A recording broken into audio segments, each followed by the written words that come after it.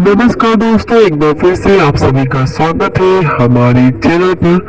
तो दोस्तों, आज मैं लेकर आई हूँ बहुत ही ज्ञानवर्धक कहानी।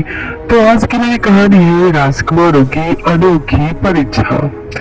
राजा भरत सिंह के दोनों पुत्र अमर सेन और समर सेन जुड़वा पैदा हुए थे।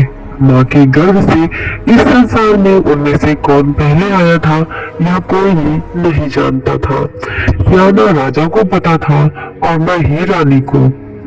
जिस दाई माँ की मौजूदगी में रानी को पुत्रों की प्राप्ति हुई, संयोगवश राजकुमारों के जन्म के तीसरे दिन ही उसकी मृत्यु हो गई और यह भेद एक भेद ही बनकर रह गया कि अमर सिंह और समर सेन में से कौन बड़ा राजकुमार है।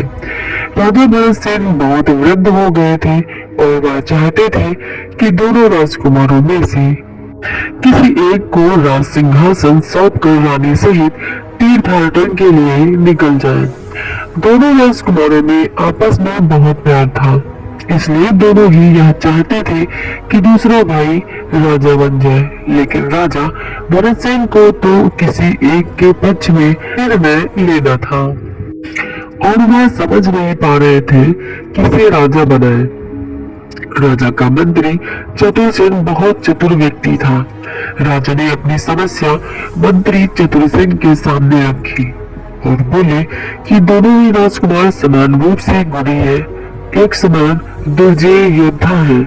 तलवारबाजी, भाला फेंकने, तीर चलाने में कौन ज्यादा निपुण है यह कहना भी मुश्किल है। मल्ल युद्ध में भी दोनों एक समान पराक्रमी है। मैं दोनों में से किसी भी पुत्र के साथ अन्याय नहीं करना चाहता, लेकिन यह भी नहीं चाहता कि अधिक योग्य पुत्र राज्य का राजा बनने से वंचित हो जाए। अब आप ही बताएं महामंत्री, हम किस पुत्र का राज्याभिषेक करें? महामंत्री चतुर सेन सोच में पड़ गए और कुछ देर सोच विचार करने के बाद बोले कि इसका मतलब है यदि हम दोनों राजकुमारों की परीक्षा लें तो भी यह जानना मुश्किल होगा कि दोनों में से कौन अधिक गुणी है। राजा भरत सिंह ने कहा कि हाँ महामंत्री, आप कह रहे हो और यह सच भी है कि मेरे दोनों पुत्र एक समान रूप से प्यारे हैं। इसलिए मैं समझ नहीं पा रहा हूँ कि मैं क्या करूँ। आप महामंत्री हैं, मेरी सारी समस्याएं आप ही सुलझाते हैं, अब यह समस्या भी आप ही सुलझाइए। महामंत्री चतुरसेन ने बहुत सोच विचार किया, किंतु वह भी किसी निष्कर्ष पर नहीं पहुंच सके। तो बोले कि महाराज, मुझे सोच विचार के लिए एक दिन की छुट्टी दीजिए। कल मैं राज दरबार में नहीं आऊंगा, परसों में इस विषय में जरूर कुछ कह सकूंगा। राजा भरत सिंह ने महामंत्री को एक दिन की छुट्टी दे दी। वो सर्दियों के दिन थे। राज्य में अक्सर बर्फबारी भी हुआ करती थी।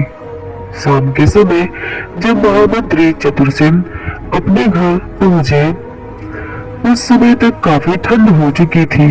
महामंत्री अपने घर पहुंचकर बेचैनी से चहलकदमी करने लगे।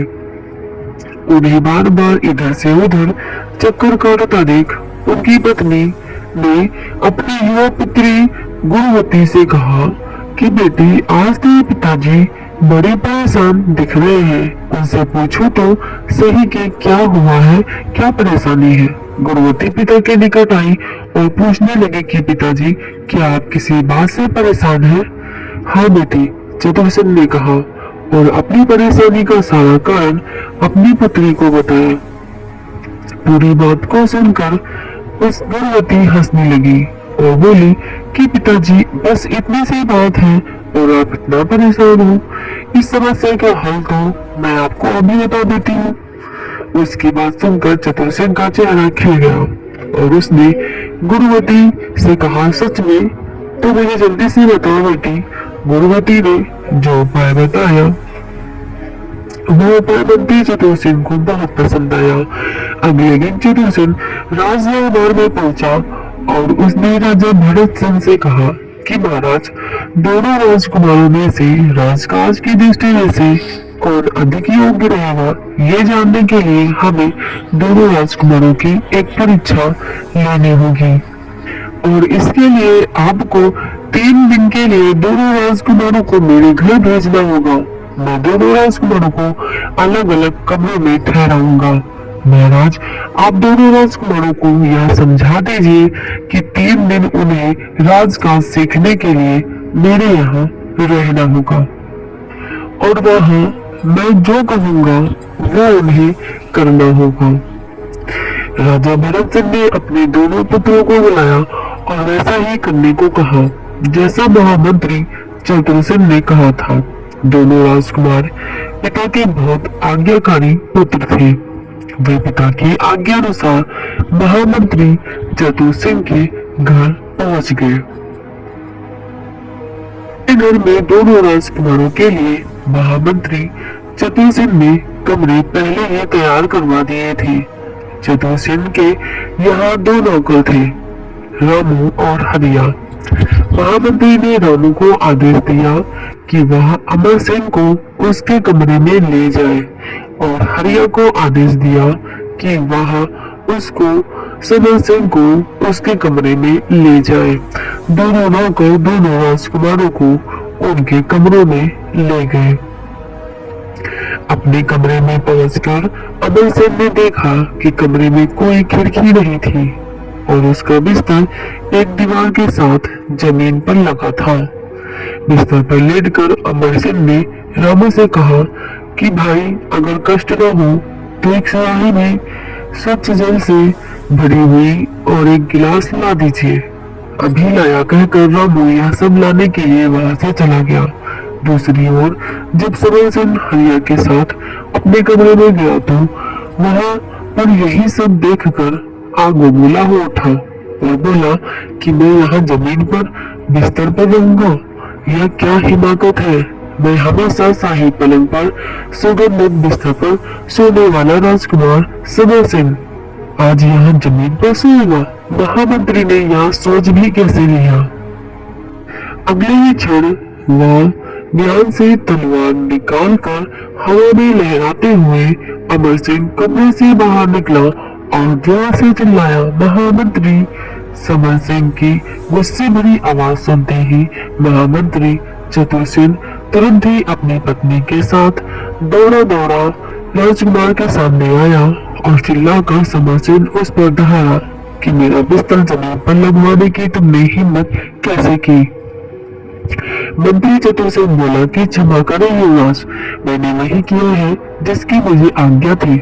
समर सिंह गरज उठा और बोला कि किसकी आज्ञा से तुमने हमारा बिस्तर जमीन पर लगवाया, उसे बुलाओ, हम अभी उसकी गर्दन धड़ से अलग कर देंगे।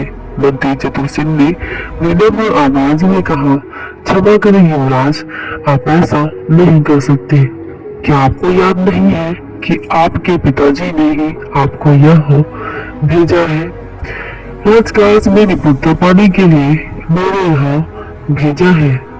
क्या आपका यह फर्ज नहीं है कि आप मेरी हर आज्ञा का पालन करें।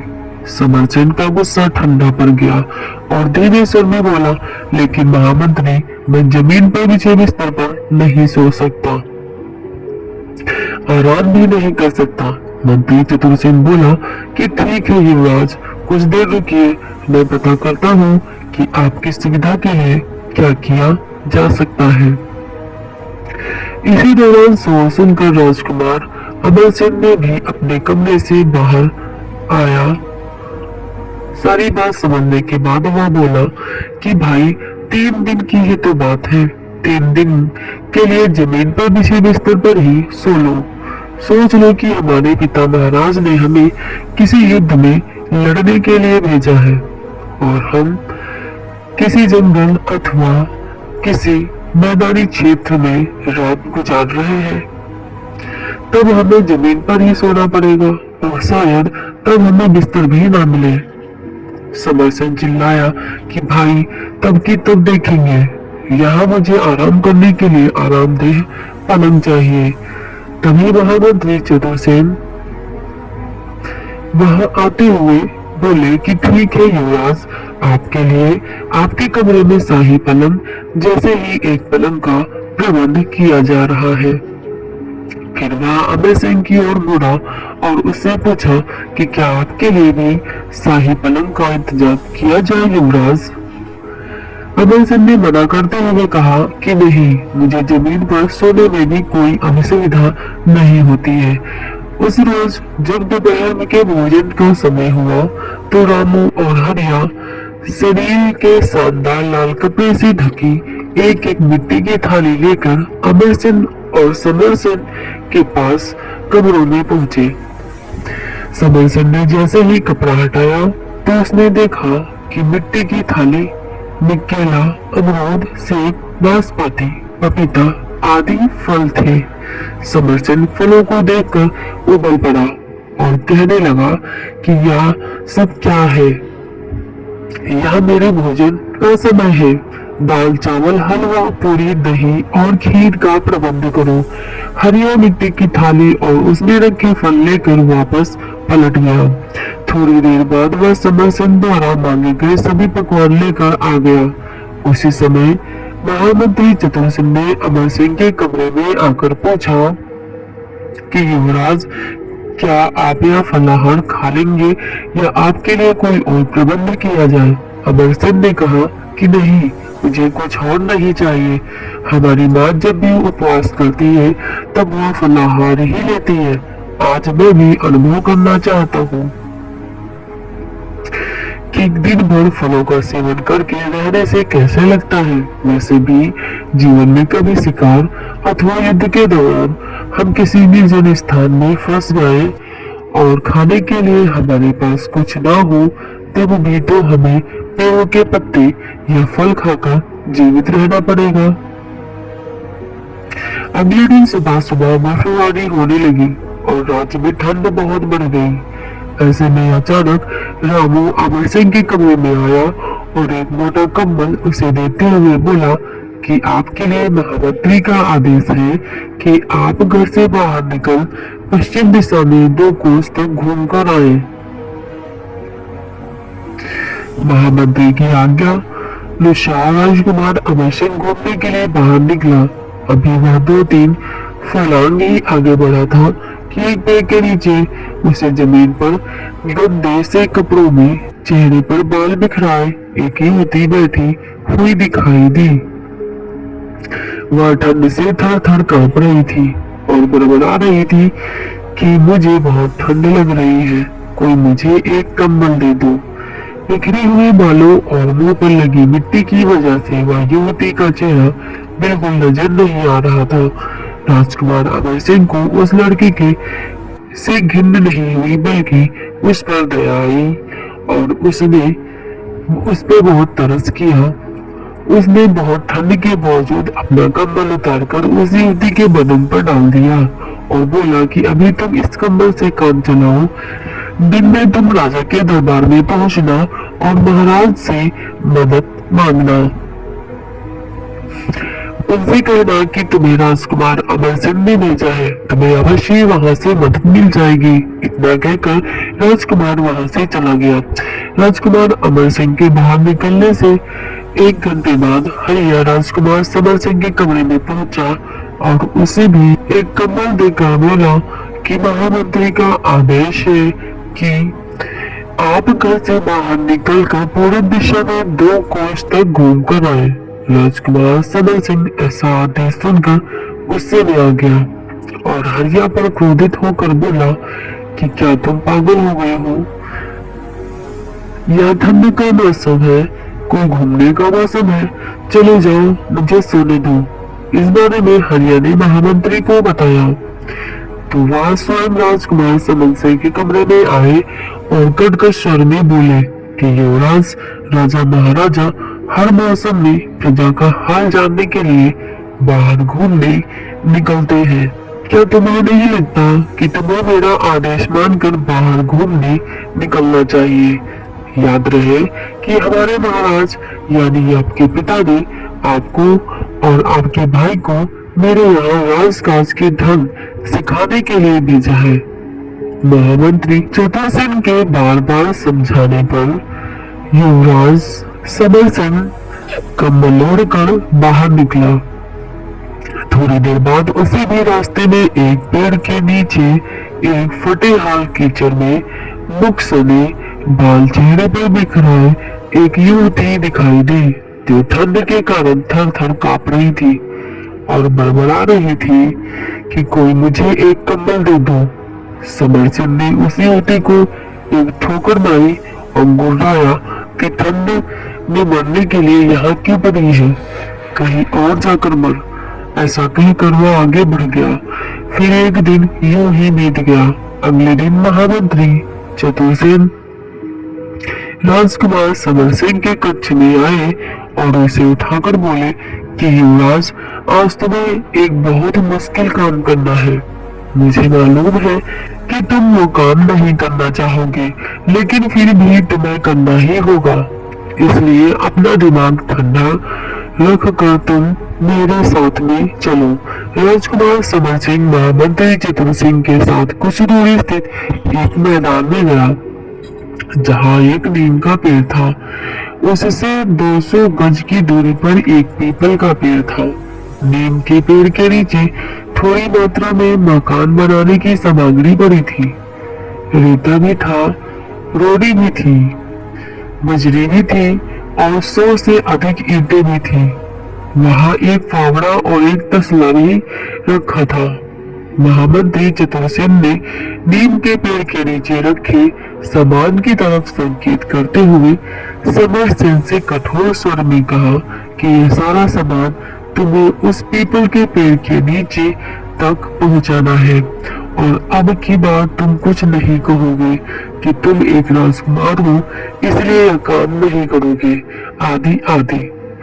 राजकुमार समर सिंह का मन तो नहीं था, पर अनमने मन से वह यह काम करने लगा। पहले उसने फावड़े से रेता, रोड़ी और बजरी को तसले में भरकर पीपल के पेड़ के नीचे तक पहुंचाया, किंतु ऐसा करते हुए उसने यहाँ जरा भी ध्यान नहीं दिया कि हर सामान की थोड़ी थोड़ी दूर अलग अलग ढेरियां बनाए। बाद में ईंटें तो पेड़ के निकट पहुंचकर दूर से ही पीपल के नीचे फेंकता रहा, जिसके कारण काफी ईंटें टूट भी गई। यही काम जब कुछ घंटे बाद राजकुमार अमर सिंह को दिया गया, तो उसने रेता, रोड़ी, बजरी की करीने से अलग अलग ढेरियां बनाई और ईंटों को एक के ऊपर एक रख कर कुछ ही पंक्तियों में थोड़ी जगह में खड़ी कर दिया। इसके बाद महामंत्री चतुर सिंह ने दोनों राजकुमारों की कोई परीक्षा नहीं ली और उन्हें ससम्मान अनेक उपहार देकर विदा किया। राजकुमार समर सिंह तो अपने उपहार लेकर तत्काल अपने घोड़े पर सवार होकर वहां से चला गया, लेकिन राजकुमार अमर सिंह वहीं खड़ा रहा। यह देखकर महामंत्री चतुर सिंह ने पूछा कि आप कुछ कहना चाहते हैं युवराज? राजकुमार बोला कि हाँ महामंत्री, मैं आपकी पुत्री से विवाह करना चाहता हूँ।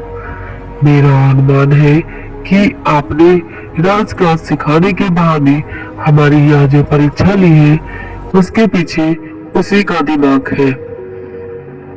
जब हम यहाँ आए थे तो राजकुमार समर सिंह ने जमीन पर बिछे बिस्तर पर सोने से मना कर दिया था।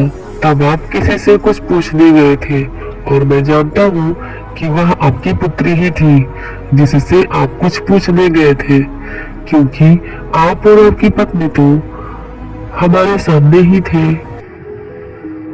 महामंत्री ने कहा, सही कहते हो युवराज, और ठंड में ठिठुरती हुई गंदी सी लड़की को आपने अपना कमल दिया था, वह भी मेरी पुत्री गुणवती ही थी।